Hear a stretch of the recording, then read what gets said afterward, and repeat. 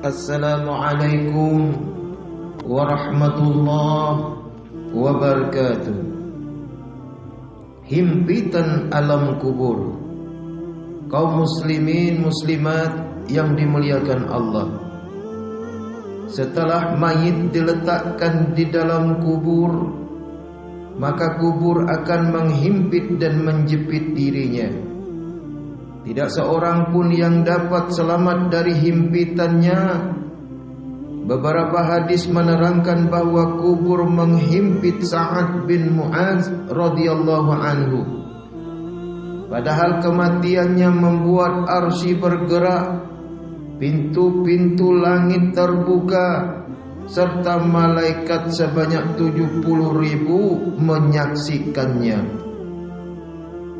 Dalam Sunan An-Nasa'i, Rasulullah sallallahu alaihi wasallam bersabda, inilah yang membuat arsy bergerak, pintu-pintu langit dibuka dan disaksikan oleh 70.000 malaikat.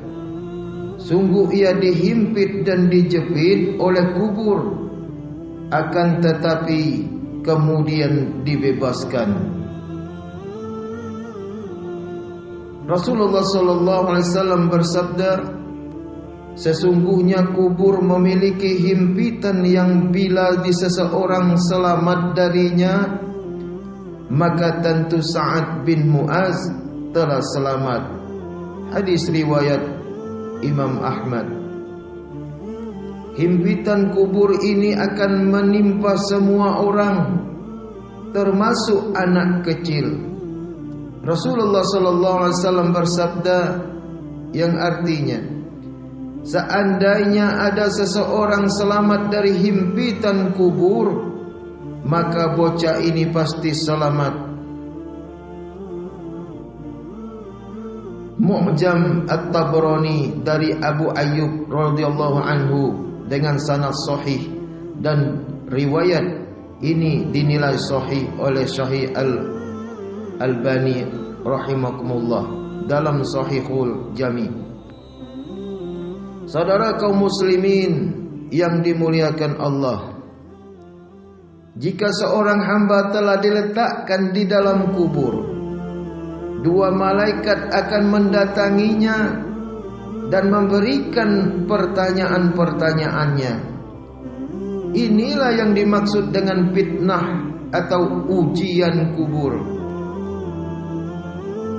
Rasulullah sallallahu alaihi wasallam bersabda, kemudian dua malaikat mendatanginya dan mendudukkannya. Lalu keduanya bertanya, siapakah Tuhanmu? Dia si mayit menjawab, Tuhanku adalah Allah. Kedua malaikat itu bertanya, apa agamamu? Dia menjawab, agamaku adalah Islam. Kedua malaikat itu bertanya kembali, siapakah laki-laki yang telah diutus kepada kamu?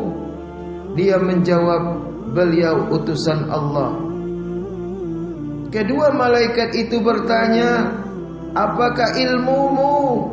Dia menjawab, aku membaca kitab Allah, aku mengimaninya dan membenarkannya. Lalu seorang penyeru dari langit berseru, hambaku telah berkata benar,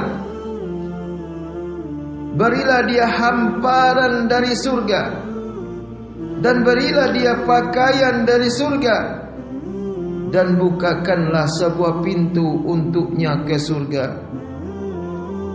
Maka datanglah kepadanya bau dan wangi surga, dan diluaskan baginya di dalam kuburnya sejauh mata memandang.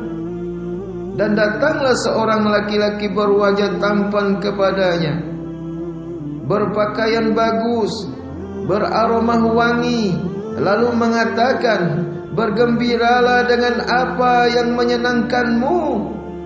Inilah harimu yang engkau telah dijanjikan kebaikan.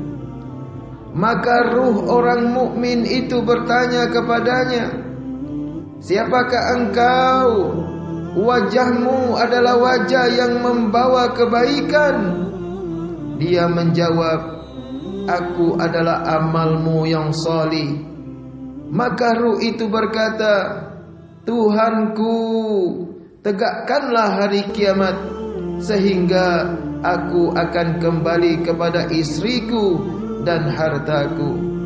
Inilah yang dapat saya sampaikan. Semoga bermanfaat dan dapat ridha Allah Subhanahu wa taala. Amin ya rabbal alamin. Assalamualaikum warahmatullahi wabarakatuh.